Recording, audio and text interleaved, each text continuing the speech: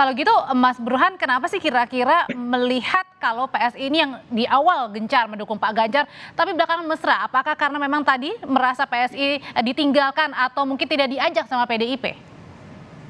Nah, begini ya, Audrey ya, kalau dari sisi antagonisme politik antara PSI dan PD Perjuangan kan tidak hanya terlihat pada saat PSI dianggap mengumumkan capres Ganjar Pranowo yang notabene adalah kader PD Perjuangan sebelum minta izin sama ketua umumnya. Tapi bukan hanya pada waktu itu saja. Sejak 2019 ada semacam hubungan yang diam-diam kurang harmonis, terutama karena PSI dianggap mengambil basis partai atau konstituen PD Perjuangan dari segmen non-Muslim. Meskipun masih bagus hubungannya ya, tetapi ada hal yang diam-diam membawa relasi kedua partai ini tidak seharmonis yang kita kira. Nah, munculnya nama Ganjar Pranowo sebagai capres yang diusung hasil Kopdarnas PSI itu memantik ya isu lama tadi. Nah, menjadi pertanyaan adalah apakah pertemuan kemarin dengan Pak Prabowo itu karena cinta PSI yang bertepuk sebelah tangan ataukah ada faktor lain? Nah, saya menilai bahwa cinta PSI yang bertepuk sebelah tangan itu adalah satu isu, iya. Tetapi menurut saya ada isu lain yang membuat PSI termasuk Bung Ade Armando itu pernah mengumumkan 6 alasan tidak memilih Prabowo, tiba-tiba elit PSI menerima Prabowo dengan mesra. Oke, kalau gitu alasannya tahan dulu sampai di sana. Isu lain itu adalah PSI sepertinya membaca lirikan mata Pak Jokowi yang makin mengarah kepada Pak Prabowo. Karena bagaimanapun kalau kita baca nih PSI kan tegak lurus kepada Pak Jokowi. Jokowisme. Nah, apa yang membuat PSI yang pernah mencapreskan Ganjar sekaligus punya riwayat yang cukup antagonistik dengan Prabowo tiba-tiba bisa menerima Prabowo di kantor mereka?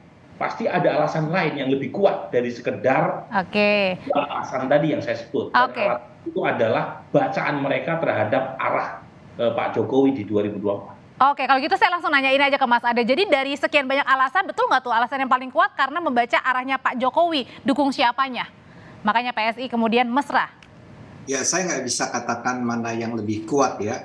Tentu aja kami ini tidak mau kelihatan juga sebagai partai yang dengan mudah berubah-ubah arah anginnya kan. Tadi dikatakan pagi makan apa, nanti malamnya makan tempe atau apapun ya. Tapi kami sudah sebetulnya menunjukkan cukup lama ya sikap yang sangat mendukung saya, termasuk saya ya yang mendukung Pak Ganjar. Berulang-ulang kami sampaikan, tapi ternyata betul yang dikatakan oleh Mas Burhan juga bahwa kami seperti diabaikan ya. Tapi pada saat yang sama, terima kasih Mas Burhan sudah menjelaskan secara lebih baik barangkali dari apa yang ingin saya katakan. Kita melihat konstelasi politiknya ternyata memang terutama faktor Pak Jokowi tentu saja menentukan ya.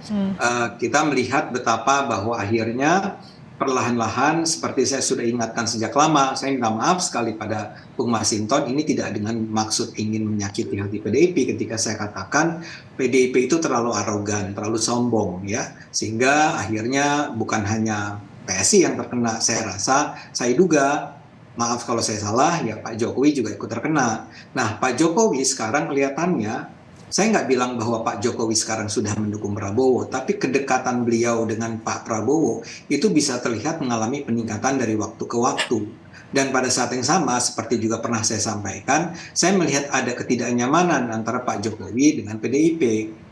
Nah, ketika itulah, ketika kami ulang ya, sebetulnya ini adalah kunjungan yang ya kami sebagai pihak tuan rumah yang didatangi oleh tamu. Ya, kami menerima Pak Prabowo dengan sangat gembira.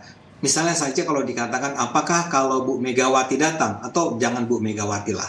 Taruhlah kalau Pak Ganjar datang ke PSI juga akan kami sambut gembira dengan ketawa-ketawa, dengan bahagia, dengan everybody happy. Saya yakin juga akan terjadi hal yang serupa ya. Tapi kembali ke pertanyaan Anda tadi, ya ada sinyal politik yang kami tangkap bahwa Pak Jokowi tidak terlalu nyaman lagi nih dengan PDIP. Dan karena itulah kami melihat bahwa sebagai pihak yang tegak lurus dengan Jokowi, ya kita tidak lagi merasa ada kendala buat kami untuk menerima Pak Prabowo. Jadi di satu sisi kami menerima Pak Prabowo karena kami adalah harus menjadi tuan rumah yang baik. Tapi di sisi yang lain, kami sudah melihat bahwa kendala-kendala yang semula ada antara kami dengan Pak Prabowo itu sudah semakin mencair ya.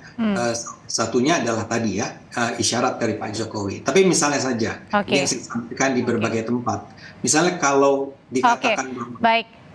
Ya. Berarti artinya adalah kemudian itu ya tadi ya isyarat bahwa sepertinya nampaknya Pak Jokowi ini mulai merasa tidak nyaman dengan PDIP. Lalu apa yang akan dijawab oleh PDIP? Nanti Bapak-bapak akan menjawabnya. Usai jeda tetaplah bersama kami di Kompas Petang.